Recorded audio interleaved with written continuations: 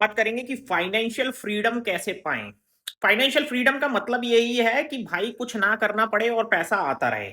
यूं समझ लो कि तुम्हारे बैंक में 1 करोड़ रुपए है और तुमने एफडी बना के रख दिया, तो उसका सालाना इंटरेस्ट हो जाता है 7 लाख। आपके बैंक में 1 करोड़ रुपए है तो 7 लाख बिना कुछ किए आपके अकाउंट में आ जाएगा हर साल। अब 1 करोड़ तक पहुंचने की कहानी मैं आपको बता देता हूं कि कैसे क्या क्या करना है, और यही तरीका है कि आप फाइनेंशियल फ्रीडम पालोगे। सो स्टेप नंबर 1, सबसे पहले एक इमरजेंसी फंड बनाना है। तो मान लो कि भाई आपका महीने का खर्चा 40,000 है।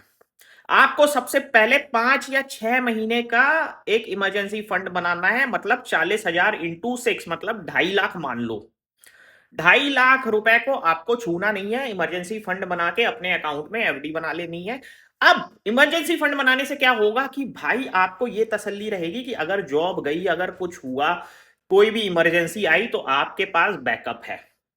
दूसरा, आपको क्या करना है कि हेल्थ इंश्योरेंस ले लेना है। तो भाई इससे भाई मेडिकल रिलेटेड जो भी प्रॉब्लम होगी वो हेल्थ इंश्योरेंस देख लेगा।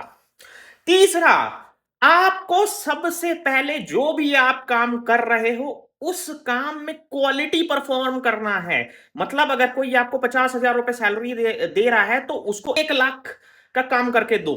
क्वालिटी आपके काम की ऐसी होनी चाहिए कि भाई आपसे बेहतर वो काम कोई नहीं कर सकता। इससे क्या होगा, धीरे धीरे धीरे धीरे आप तरक्की करोगे, आपकी सैलरी बढ़ेगी। इनकम बढ़ाना बहुत जरूरी है, खर्चों को बढ़ाना नहीं है। मेरे शुरुआती दिनों में मैंने 5-6 साल तक सिर्फ पैसा बचाया और काम की क्वालिटी मैं बढ़ाता गया। 5-6 साल बाद ऐसा हुआ कि मैं 6 महीने में 4 देश घूमा।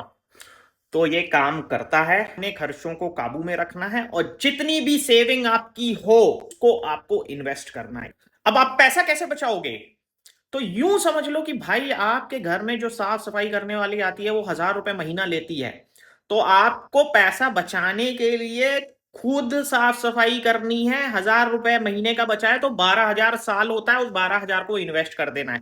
तो अगर आप गरीब हैं तो आपको वो सारी चीजें करनी पड़ेंगी जो आपको फाइनेंशियल फ्रीडम की तरफ ले जाएं। तो चेकआउट करें, इसमें मैंने बहुत सारी बातें की हैं। शेयर बाजार के बारे में बातें की हैं, बुक्स के बारे में बात की। Stay tuned.